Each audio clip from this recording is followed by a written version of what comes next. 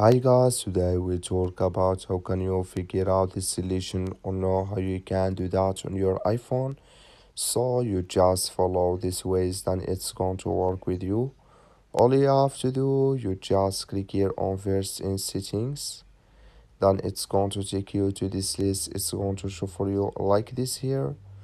So then you click on your name here, just click on it. You come to next step here, it's going to show for you like this. Then you click here on password and security here. So then you come to next step here, it's going to show for you like this. You go down, you come here to account recovery here, and here can you just click on add recovery content. You click here on add recovery content here.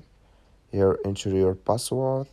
Then here automatically it's going to send with you here to add.